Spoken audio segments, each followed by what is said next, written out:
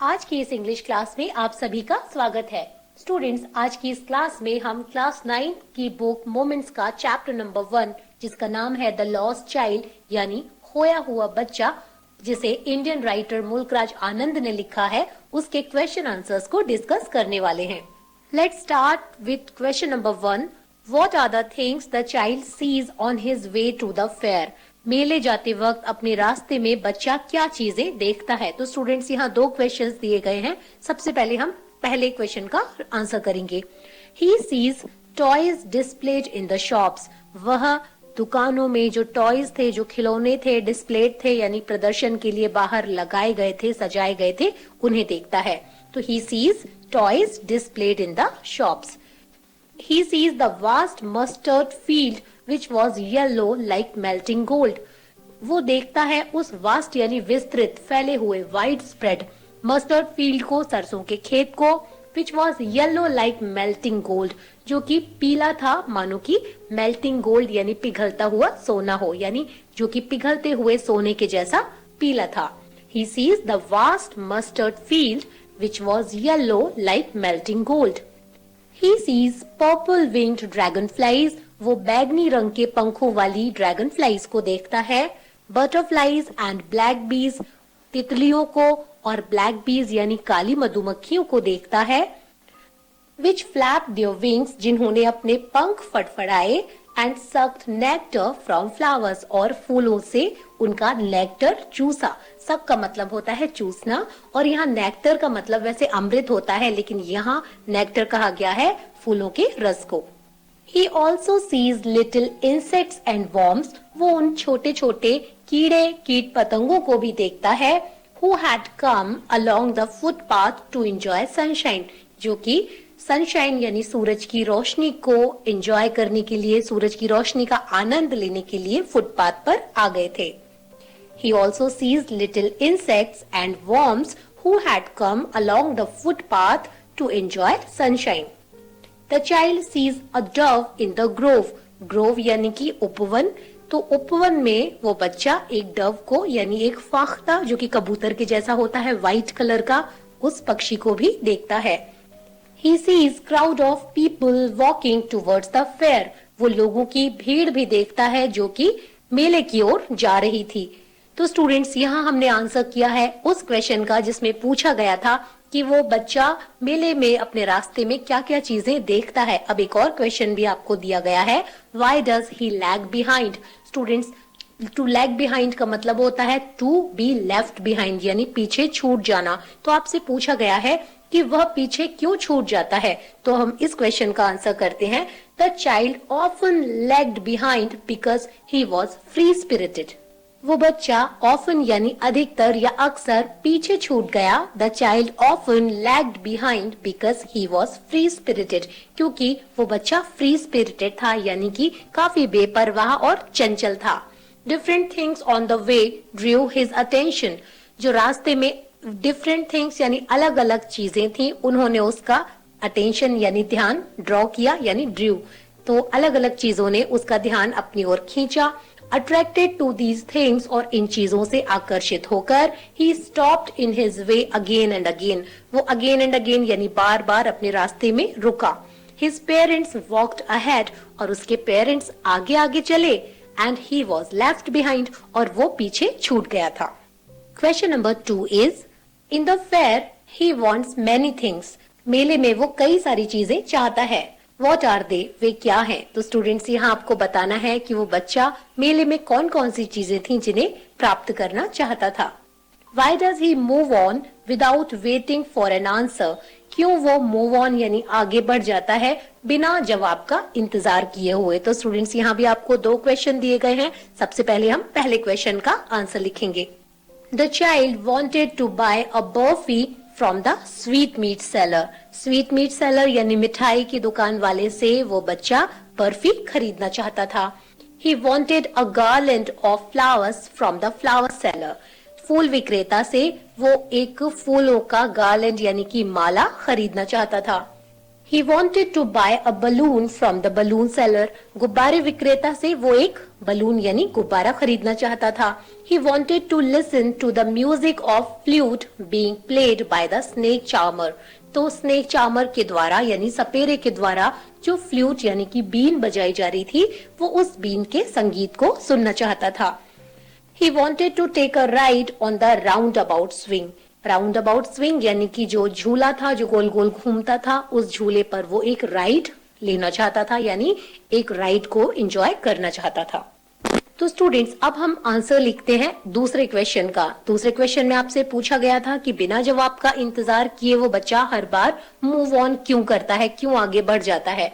तो हम आंसर लिखेंगे The child did not stop for a reply from his parents. बच्चा अपने माता पिता की ओर से जवाब के लिए नहीं रुका because he knew क्योंकि वह जानता था that his demands and requests would not be heeded कि उसकी डिमांड्स यानी उसकी मांगे एंड रिक्वेस्ट यानी उसकी प्रार्थनाएं would not be heeded उन पर ध्यान नहीं दिया जाएगा. He knew his parents would reject them with an excuse. वह जानता था कि उसके माता पिता उन्हें रिजेक्ट कर देंगे उसकी मांगों को उसकी प्रार्थनाओं को with an excuse किसी न किसी बहाने के साथ यानी कोई बहाना देकर वो उसकी मांगों को उसकी प्रार्थनाओं को अस्वीकार कर देंगे. Therefore he moved ahead इसलिए वो आगे बढ़ गया without waiting for an answer बिना एक जवाब का इंतजार किए हुए. When does he realize that he has lost his way? उसे कब एहसास हुआ कि उसने अपना रास्ता खो दिया है. How have his anxiety and insecurity been described? उसकी एंजाइटी यानी कि उसकी चिंता और उसकी इनसिक्योरिटी यानी उसकी असुरक्षा की भावना को किस प्रकार से वर्णित किया गया है यानी उसकी चिंताओं का और उसकी असुरक्षा की भावना का वर्णन किस प्रकार किया गया है. तो स्टूडेंट्स यहाँ भी दो क्वेश्चंस हैं जिनको आपको आंसर करना है. सबसे पहले हम पहले क्वेश्चन का आंसर लिखते हैं. When the child expressed his demand for a ride on the roundabout, जब बच्चे ने roundabout यानी झूले पर राइड करने की उसकी जो डिमांड थी मांग थी उसे एक्सप्रेस किया यानी जब बच्चे ने झूला झूलने की अपनी इच्छा को प्रकट किया. His parents did not reply. उसके माता पिता ने जवाब नहीं दिया. He turned to look at them. वो उनकी तरफ देखने के लिए मुड़ा. He looked around him. उसने अपने चारों ओर देखा but they were nowhere. लेकिन वो कहीं भी नहीं थे. Then he discovered that he had lost his way. और तब उसे पता चला कि वह अपना रास्ता खो चुका था. स्टूडेंट्स अब हम आंसर करेंगे इसी क्वेश्चन के सेकंड पार्ट को जिसमें पूछा गया है कि किस प्रकार से बच्चे की चिंता और असुरक्षा की भावना का वर्णन किया गया है. He panicked. वो घबराया. And ran here and there in search of his parents. और अपने माता पिता की तलाश में वो here and there यानी यहाँ वहाँ भागा. Tears rolled down his cheeks. उसके गालों से आंसू roll down यानी कि नीचे गिरे. His face flushed. उसका चेहरा लाल पड़ गया. And convulsed with fear. और उसका जो चेहरा था वो कांपने लगा डर के कारण. His throat became dry. उसका गला सूख गया. And he cried bitterly. और वो बुरी तरह से रोया. He was frightened. वह भयभीत था. Seeing strangers around. चारों ओर अजनबियों को strangers यानी कि अजनबी चारों ओर अजनबियों को देखकर वो frightened था यानी कि भयभीत था डरा हुआ था.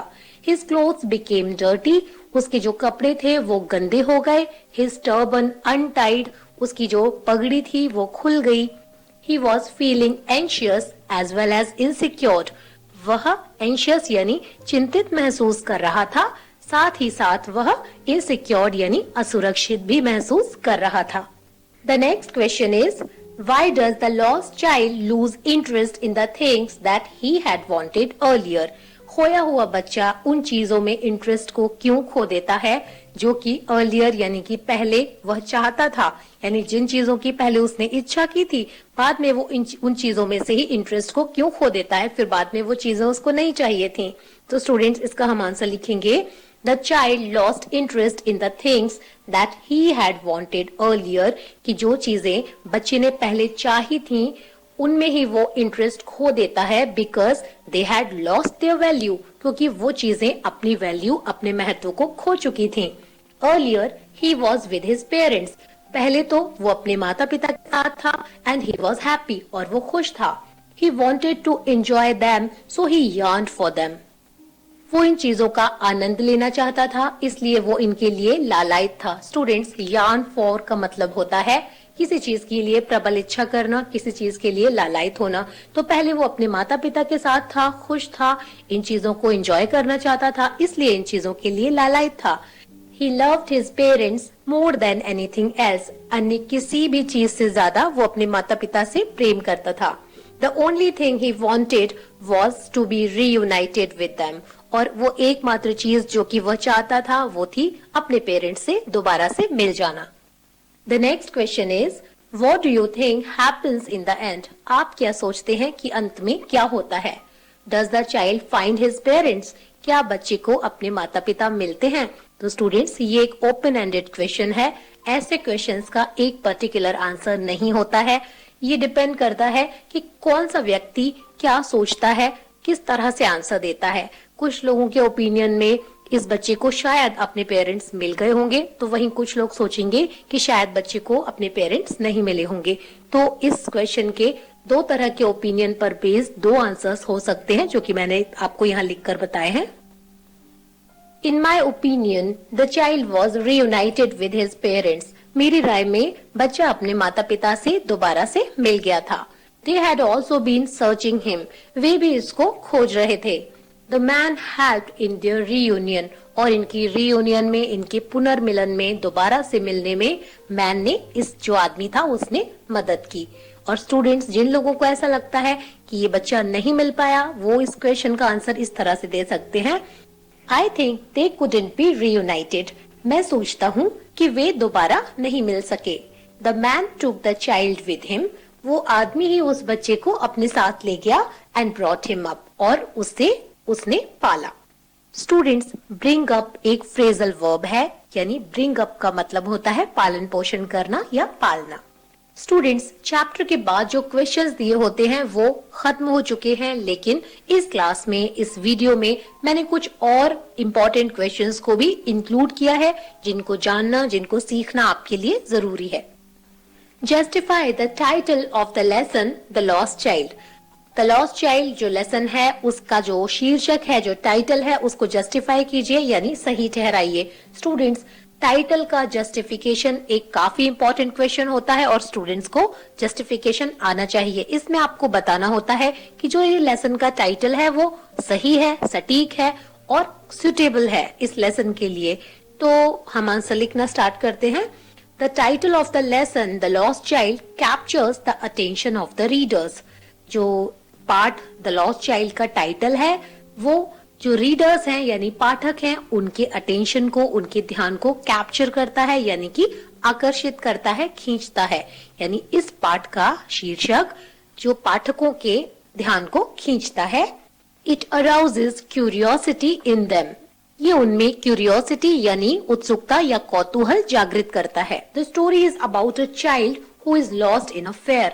ये कहानी एक ऐसे बच्चे के बारे में है जो कि मेले में खो जाता है। It describes the change of his desires when he is lost. और यह वर्णन करता है उसकी इच्छाओं में होने वाले परिवर्तन का, जो कि होते हैं जब वो खो जाता है। The title is apt and appropriate. और ये जो टाइटल है ये apt है यानी सटीक है और appropriate है यानी कि उचित है। The next question is, write the theme of the lesson The Lost Child. The Lost Child lesson की थीम लिखिए। स्टूडेंट्स, जब आपको थीम लिखने के लिए कहा जाए तो आपको जो स्टोरी है, जो लेसन है, वो जिस बारे में है, जो उसके मेन पॉइंट्स हैं, जो मुद्दे उसमें उठाए गए हैं, जिन चीजों की बात की गई है, उन सब के विषय में लिखना होता है। तो स्टूडेंट्स, इस क्वेश्चन का आंसर हम लिखना स्टार्ट करते हैं। The theme of the lesson the lost child is number 1, a child's limitless desires. एक बच्चे की असीमित इच्छाएं। तो आप जानते ही हैं कई सारी चीजें थी जिनकी इच्छा ये बच्चा करता है, उन्हीं के बारे में हम यहाँ लिखेंगे। The lesson beautifully describes a child's boundless desires. Students, boundless का मतलब होता है लिमिटलेस या असीमित, जिसकी कोई सीमा ना हो। तो ये जो लेसन है ये बड़ी खूबसूरती के साथ वर्णन करता है एक बच्चे की असीमित इच्छाओं की। It is a universal thing. ये एक सार्वभौमिक बात है, मतलब ये एक ऐसी बात है जो किसी एक खास क्षेत्र, किसी एक खास देश, किसी एक खास समाज में नहीं होती, बल्कि हर जगह होती है। जैसे कि कोई भी बच्चा हो, वो कहीं का भी हो, उसकी इच्छाएं असीमित होती हैं। A child wants to have everything he sees. एक बच्चा हर वो चीज प्राप्त करना चाहता है जो कि वह देखता है।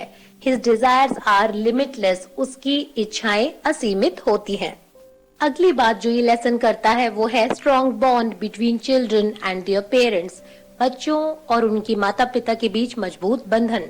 Children love their parents unconditionally. बच्चे बिना किसी शर्त के अपने माता पिता से प्रेम करते हैं। The parents in this story reject the child's demands.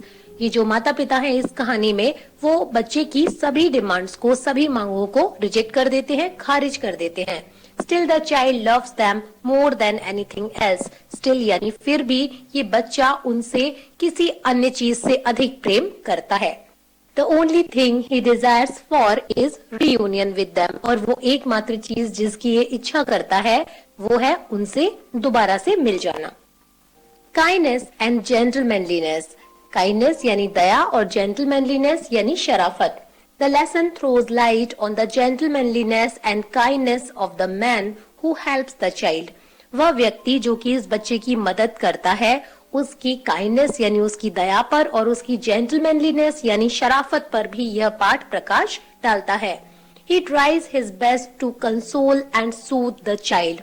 इस बच्चे को कंसोल करने के लिए यानी सांत्वना देने के लिए और सूद यानी कि इस बच्चे को आराम पहुंचाने के लिए, कंफर्टेबल फील कराने के लिए ये अपना हर संभव प्रयास करता है, अपनी भरसक कोशिश करता है।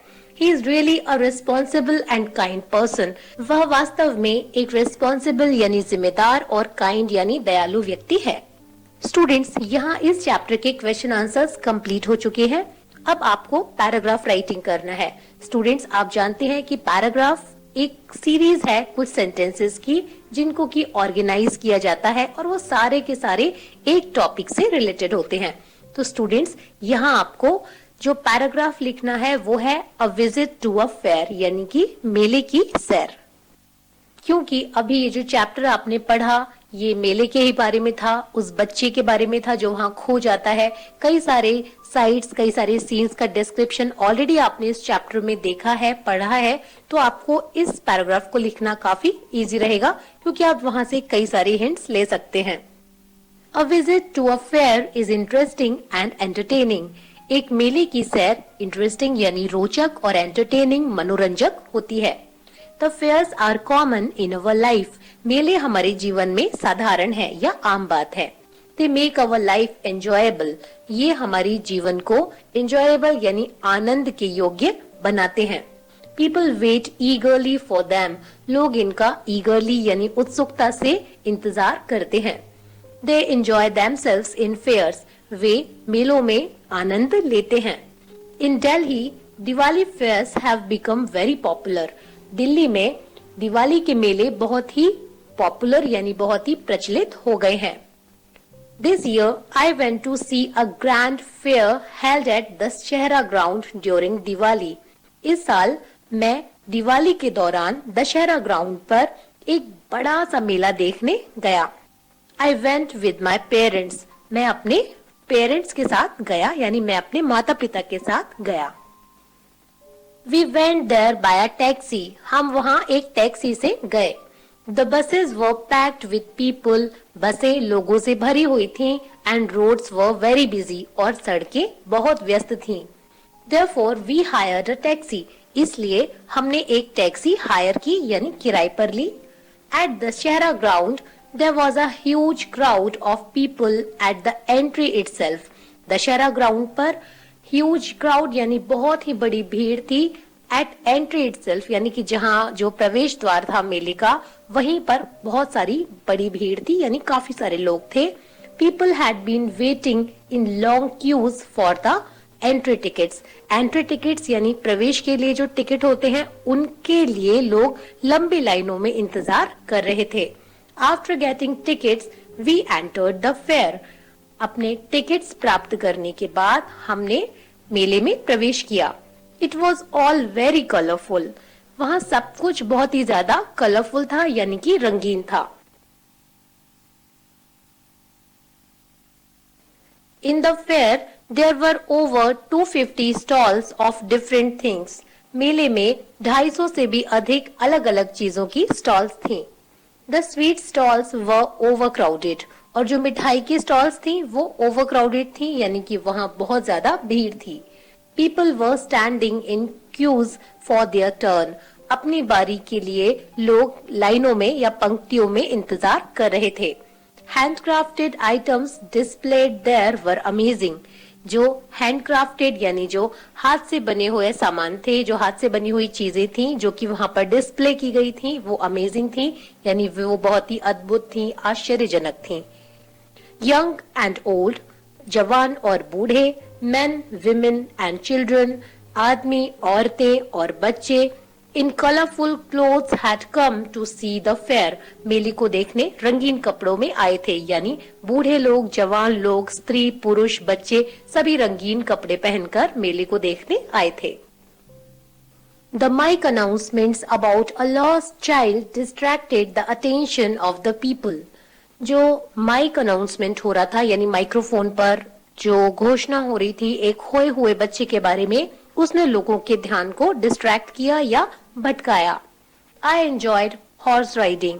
मैंने घुड़सवारी को एंजॉय किया। We purchased a lot of things there. हमने वहाँ कई सारी चीजें परचेज की, यानी कि खरीदी। We had very delicious food at a food stall. और एक खाने की स्टॉल पर हमने बहुत ही स्वादिष्ट खाना खाया। After a ride on a merry-go-round, we started for home.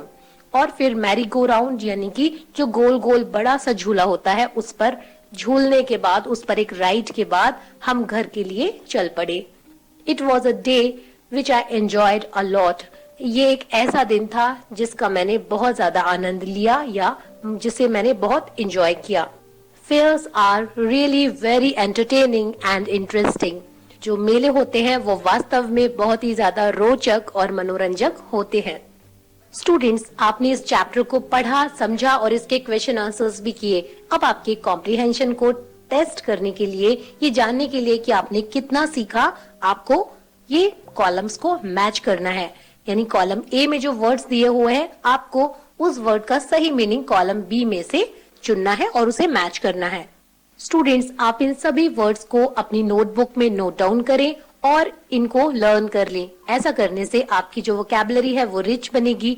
आप अपने थॉट्स को ठीक तरह से सही से एक्सप्रेस कर पाएंगे, क्योंकि जितना ज्यादा आपका वर्ड पावर है उतना ही बेहतर तरीके से आप लिख पाएंगे। तो स्टूडेंट्स, कॉलम ए में जो फर्स्ट वर्ड है वो है फॉरबिडन, यानी कि जो मना किया गया हो। तो आप देखिए कॉलम बी में यहाँ लिखा हुआ है नॉट अलाउड, यानी कि जो निषेध हो, जो अलाउड ना हो, जिसकी अनुमति ना हो। तो फॉरबिडन को हम मैच करेंगे नॉट अलाउड से। कोर्स का मतलब होता है रफ हो, जो खुरदरा हो, रफ हो, खराब सा हो। तो यहाँ कॉलम बी में एक आपको दिया हुआ है अनप्लेजेंट, यानी कि जो अच्छा ना हो। तो हम कोर्स को मैच करेंगे अनप्लेजेंट से। ग्रोव मैंने बताया था, ग्रोव वो होता है जहां पर बहुत सारे ट्रीज होते हैं, उपवन। तो यहाँ कॉलम बी में है अ स्मॉल वुड और ग्रुप ऑफ ट्रीज। तो हम ग्रोव को ऑलरेडी वो उसके सामने ही लिखा हुआ है, तो इससे मैच कर देंगे। टायरेंट होता है तानाशाह, यानी एक ऐसा रूलर जो कि काफी क्रूअल हो, काफी क्रूर हो, ऑप्रेसिव हो, जो दबाए, शोषण करे। तो हम टायरेंट को मैच करेंगे अ क्रूअल एंड ऑप्रेसिव रूलर से। इसके बाद जो वर्ड दिया हुआ है वो है इमर्ज। इमर्ज का मतलब होता है अचानक से प्रकट हो जाना, उत्पन्न हो जाना, सामने आ जाना या बाहर आ जाना। तो स्टूडेंट्स, इमर्ज के लिए जो फ्रेज दिया हुआ है वो है टू कम आउट। तो हम इमर्ज को मैच करेंगे टू कम आउट से। स्टूडेंट्स, इसके बाद जो नेक्स्ट वर्ड है वो है पेल। तो स्टूडेंट्स, कॉलम बी में पेल के लिए जो वर्ड है वो है डल एंड येलोइश। आप जानते हैं जब हम कहते हैं कि किसी का चेहरा पेल सा था, यानी कि थोड़ा पीला सा था और थोड़ा डल सा था, तो हम पेल को मैच करेंगे डल एंड येलोइश से। इसके बाद जो नेक्स्ट वर्ड है वो है ब्रिमिंग ओवर।